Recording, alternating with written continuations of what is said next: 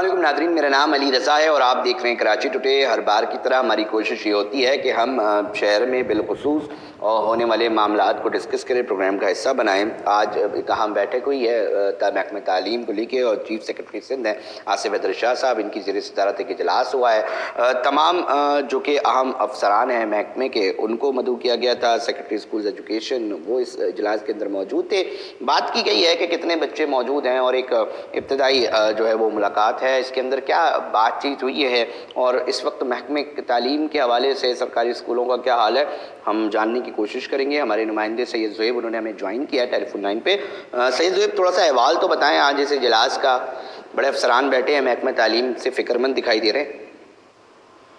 جی دیکھیں علی رضا، آج یہ چیف سیکرٹری سندھ ہیں سید آصف حیدر شاہ صاحب، ان کی زیر صدارت یہ اجلاس ہوا ہے اور ویسے یہ اجلاس جو ہے محکمہ تعلیم اور صحت دونوں کا مشترکہ تھا، لیکن چونکہ ہم ایجوکیشن پہ بات کر رہے ہیں تو میں آپ کو آگاہ کرتا چلوں کہ سی اے سندھ سید آصف حیدر شاہ صاحب کی صدارت میں ہونے والے اجلاس میں ایجوکیشن کے حوالے سے نئے آنے والے ایجوکیشن سیکرٹری زاہد حسین عباسی نے اپنی بریفنگ دی ہے،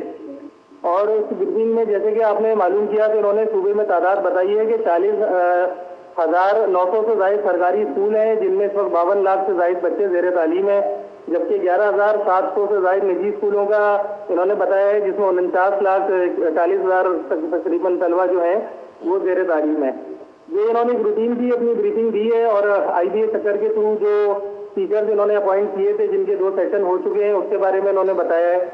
یہ ان کی ایک نارمل روٹین کی ان کا اجلاس ہوا ہے۔ اچھا سید زہیب، تھوڑا سا اس حوالے سے بتائیں، یہ بڑی بڑی بیٹھکیں ہوتی ہیں افسران کی تو اکثر ہم یہ بحث چھیڑتے ہیں کہ جی صوبے اور وطن عزیز میں طبقاتی تعلیمی نظام کا بول بالا ہے۔ ایک طبقاتی تعلیمی نظام وہ ہے جس کے اندر ایلیٹ کا بچہ جاتا ہے، جس کے پاس پیسہ ہوتا ہے اور ایک وہ بہتر تعلیم دیتا دکھائی دیتا ہے۔ دوسری طرف سرکار نے محکمہ تعلیم کے نام سے جو اسکول اس کے ماتحت ہیں، کیا اس کی کوالٹی کے اوپر کبھی بات ہوتی ہے اجلاس میں کہ اس کو بہتر کس طرح بنایا جائے؟ اور ساتھ ساتھ بہت سارے وسائل کی کمی بھی دیکھنے کو ملتی ہے، تو اس اجلاس میں بالخصوص بات ہوئی کوئی؟ دیکھیے علی رضا، جیسے آپ نے بات کی سرکاری اور نجی تعلیمی اداروں کے درمیان فرق کی، تو جبکہ نجی تعلیمی ادارے ان کے مقابلے میں تقریباً آدھے ہیں، لیکن ان کی کوالٹی ایسی ہے کہ ان میں داخلوں کے لیے بچوں کے جو والدین ہیں وہ لائنوں میں کھڑے رہتے ہیں، خون کروائے جاتے ہیں، بھاری فیسیں ادا کی جاتی ہیں اور سارے سال وہ والدین اس کا خمیازہ بھگتتے رہتے ہیں، عوام شکایت کرتی بھی نظر آتی ہے۔ جبکہ سرکاری اسکولوں میں جو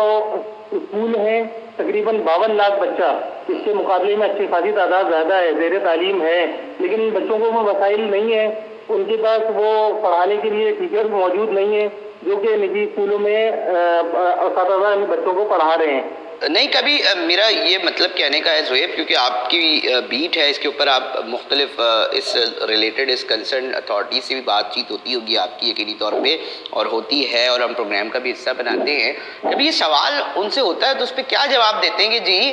کسی ایک عام آدمی کو بھی راہ چلتے پکڑیں گے نا، ان سے پوچھیں گے کہ جی آپ کا بچہ جب اس قابل ہو جائے کہ اس کو اسکول میں داخلہ جو ہے وہ کروانا ہو، اور اس سے پوچھا جائے کہ جی آپ کسی سرکاری اسکول میں کروائیں گے، تو وہ جو ہے وہ نفی کا اظہار کرے گا جی نہیں، اور اس کے ذہن میں یہ ہوگا کوئی پرائیویٹ اسکول۔ تو یہ جو ذہن بن چکے ہیں، یہ جو سوچ بن چکی ہے کہ جی سرکاری اسکول میں کروانا ہی نہیں۔ پرائیویٹ اسکول کا جو نام ہے نا اس کو کہتے ہیں عام زبان میں یہاں پہ انگلش اسکول، اور جو سرکاری اسکول ہیں ان کو کہتے ہیں گورنمنٹ کے اسکول، اردو اسکول۔ تو اس کی سب سے بڑی بات جب ہم ان اسکولوں کے بارے میں بات کرتے ہیں نا تو فرق سب سے پہلے یہی ظاہر ہو جاتا ہے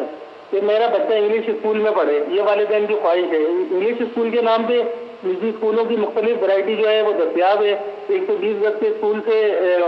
پلاٹ پہ بنائے گئے اسکول سے لے کے جو ہے آپ کو 1000 گز 2000 گز اسکول ملتے جائیں گے، ان کی فیسیں بھی ان کے حساب سے ملتی جائیں گی۔ تو یہ بڑی عام کی بات ہے۔ اور جو آپ نے کہا کہ ان میں بہتری کے لیے، اگر بہتری کے لیے بات کریں گے تو جو محکمہ تعلیم کے افسران ہیں وہ آپ کو ایک طویل فہرست سما دیں گے کہ ہم ایک عرصے سے جو ہے خدمات سر انجام دے رہے ہیں، لیکن وہ خدمات جو ہیں وہ کبھی دکھائی دیتی نہیں ہے۔ دیکھیں نا سید زہیب، پتہ ہے بات کیا ہے، ہم اس پہ اب کھل کے اس لیے بات کریں گے کیونکہ مہنگائی کا جو بول بالا ہو چکا ہے اس وقت، ایک عام آدمی جو اضافی بوجھ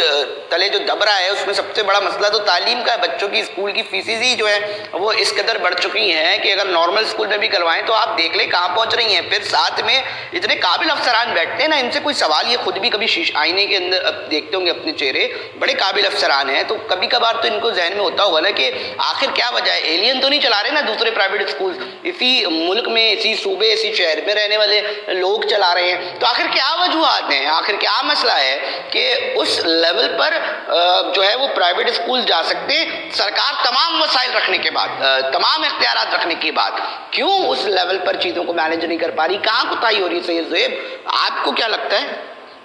علی رضا، بات یہ ہے پرائیویٹ اسکول کا جو مالک ہے، جو آنر ہے، اس کا ایڈمنسٹریٹر ہے، اس کی جیب سے پیسہ لگا ہوا ہے، وہ چیز کو پورا کیئر ٹیک کرتا ہے کہ میرے پیسے کا ضیاع نہیں ہونا چاہیے، یہاں پہ نااہل آدمی نہیں آنا چاہیے، کوئی بھی ایسی چیز نہیں آنی چاہیے جو میری ادارے کو نقصان دے۔ اب جب سے آپ بات کر لیں سرکاری جگہ کی، تو سرکاری جگہ کا جو افسر ہے اس کے انڈر میں جو چیزیں آتی ہیں اس کو پتا ہے میرا ٹرانسفر بھی ہو جائے گا، ایک سب سے بڑی بات پہلے یہ ہوتی ہے، اور دوسرا ان کو جو ہے اس چیز سے بھی فرق نہیں پڑتا، کیونکہ ان کے پاس جیسے میں نے آپ کو بتایا 40,000 اتنی بڑی تعداد ہے، اس کے اندر سے آپ ان کو دکھاتے رہیں گے یا آپ کو کچھ جو بنے ہوئے اسکول ہیں ان کی آگاہی دیتے رہیں گے کہ ہم نے ان کے اوپر کام کیا ہے، تو ایک بڑا واضح فرق ہے، ان کی جیب سے جہاں پیسے لگ رہے ہیں، بلکہ یہ تو تنخواہ لیتے ہیں، تنخواہ کے ساتھ کچھ اضافی مراحت اور جو سننے میں آتی رہتی ہیں چیزیں دیکھتے رہتے ہیں، ہم دکھاتے رہتے ہیں، وہ الگ پتہ ہے آپ کو یہ وصول کر رہے ہیں، تو جو آدمی وصول کر رہا ہے وہ کیا اس چیز کو جو ہے کیئر ٹیک کرے گا یا انسپیکشن کرے گا اس چیز کی، جا کے یہ کرتے جو فرنیچر کا معاملہ ہے، آج بھی عاطف حیدر صاحب جو ہیں، شاہ صاحب جو ہیں، انہوں نے آج بھی بولا ہے کہ جو ہے اسکولوں میں فرنیچر اور پانی کی فراہمی دی جائے۔ آپ میری بات دیکھیں، صاف پانی، کتنے عرصے سے آپ یہ جملہ سن رہے ہیں، کہ اس کا مطلب یہ ہے کہ اسکولوں میں صاف پانی بھی ان بچوں کو دستیاب نہیں ہے۔ یہ تو بدقسمتی ہے، اب معاملہ یہ ہے کہ پھر سندھ حکومت کو لوگ تنقید کا نشانہ بھی بناتے ہیں اور وہ یہی سوال کرتے ہیں کہ بنیادی حق ہے تعلیم اور معیار کم سے کم اس کا بہتر بنایا جائے۔ تھوڑا سا اس کے اوپر بھی میں چاہوں گا کہ سید زہیب آپ بات کریں، ہماری کوشش ہے کہ انشاءاللہ عنقریب آپ کو اس اسکولز میں ایک ایک کر کے کوشش یہ کریں گے کہ ہم دکھائیں گے کیا اسکول کے حالات ہیں، مگر سید زہیب ویسے اس وقت اگر ہم سرکاری اسکولوں کا رخ کرتے ہیں تو وہاں طلبہ کو، نوجوانوں کو کن مشکلات کا سامنا کرنا پڑ رہا ہے، تھوڑا سا اس حوالے سے بھی احوال بتائیں، کیا پتہ یہ کلپ کسی بڑے سرکاری افسر تک پہنچے، اس کو ریلائز ہو کہ جی ٹھنڈے کمرے میں ایک اجلاس کرنا اور حقیقت سے جو ہے وہ اس کا سامنا کرنا جو کہ بچے کرتے ہیں اس میں کیا فرق ہے، یہ آواز آپ کے توسط سے چلی جائے۔ دیکھیے علی رضا، جب بچہ اسکول کے اندر سب سے پہلے داخل ہوتا ہے تو اس کا انفراسٹرکچر ہے، اس کو آپ لے لیں، جو ایک عرصے دراز سے اس پہ رنگ روغن کا نام تو ہے ہی نہیں، کئی جگہ سے وہ جھڑ رہا ہے، یہ تو ہو گیا اس بچے کی وہ جگہ جہاں بیٹھ کے وہ تعلیم حاصل کرے گا، جہاں پہ اس کا دماغ کھلنے کے لیے اس کو بھیجا گیا ہے، اور اگر اس کی بات کر لیں تو اس کا بجٹ کوئی معمولی پاس نہیں ہوتا، کئی ارب میں اس کا بجٹ پاس ہوا تھا، لیکن جو ہے اس کو صحیح طرح سے یوٹیلائز نہیں کیا گیا، جبھی ان اسکولوں کا یہ حال ہے۔ اور آپ آ جائیں تعلیم کے اوپر، تعلیم کے اندر جو ان کے اندر بکس ہیں وہ بکس لیول نہیں کرتی پرائیویٹ اسکول کی منتخب کردہ اس کلاس کی بکس کے ساتھ، اور اس کو پڑھانے والے اساتذہ ان کا تو اللہ ہی حافظ ہے کہ وہ بالکل میں نہیں سمجھتا ان سبجیکٹس کو پڑھا سکتے ہیں جو کہ پرائیویٹ اسکولوں میں پڑھائے جا رہے ہیں، تو وہ بچے کو یہ کیا معیاری تعلیم دیں گے؟ اس کے برابر میں آپ کو میں بار بار یہی بات کرتا ہوں کہ یہ ان کے لیے ممکن نہیں ہے جب تک یہ اچھے اساتذہ مقرر نہیں کرتے اور ڈائریکٹرز لیول کے اوپر ایسے افسران مقرر نہیں کرتے جو ان اساتذہ کی چیکنگ بیلنس کر سکیں اور جو بچوں کی پڑھائی کے معیار کو دیکھ سکیں، ان کا اپنا کوئی معیار نہیں ہے اس جگہ پہ بیٹھنے کا، تو وہ بچوں کے تعلیمی معیار کا کیا فیصلہ کریں گے؟ ہم سید صاحب یہ بھی کوشش کریں گے کہ جس ان سے جو اس کے اوپر جو رقم مقتت ہوتی ہے سالانہ کسی بھی اسکول کی، وہ بھی کچھ ڈیٹیلز نکالیں اور پھر ان اپنے کیمروں کو لے جائیں اور بتائیں کہ جی کون سے اسکول میں کتنی جو ہے وہ ماشاءاللہ سے کیا صورتحال ہے۔ ہماری کوشش ہوگی اور آپ سے بھی درخواست کریں گے کہ کوئی ایسی سٹوریز جو ہیں آپ ہمارے پروگرام میں لازمی ویسے بھی شیئر کرتے رہتے ہیں اور کریں کہ تاکہ ہم ایک طرف بتائیں کہ جی اتنا پیسہ عوام کے ٹیکس کی مد میں جو ہے ادھر لگ چکا ہے، دوسرا اس اسکول کا یہ حال ہے، اور ایک ایک کر کے بھی دکھائے تو شاید کچھ نہ ہو سید زہیب، کم سے کم شرمائی جائے گا کوئی نہ کوئی افسر جو ہے اس کو خیال آئے گا کہ یار یہ ہماری ذمہ داری ہے، اس کو ہم پراپر ایسے طریقے سے نہیں کریں۔ بہت شکریہ سید زہیب تفصیلات سے جو ہے وہ آگاہ کرنے کے لیے، ناظرین تک پہنچانے کے لیے۔ کوشش صرف یہی ہے کہ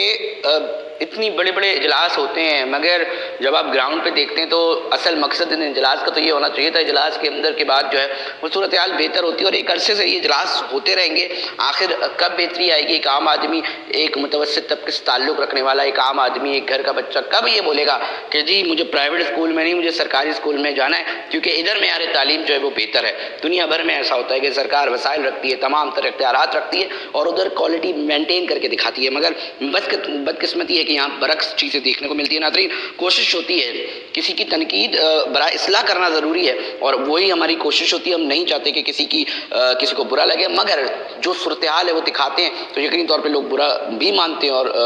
جو ہے وہ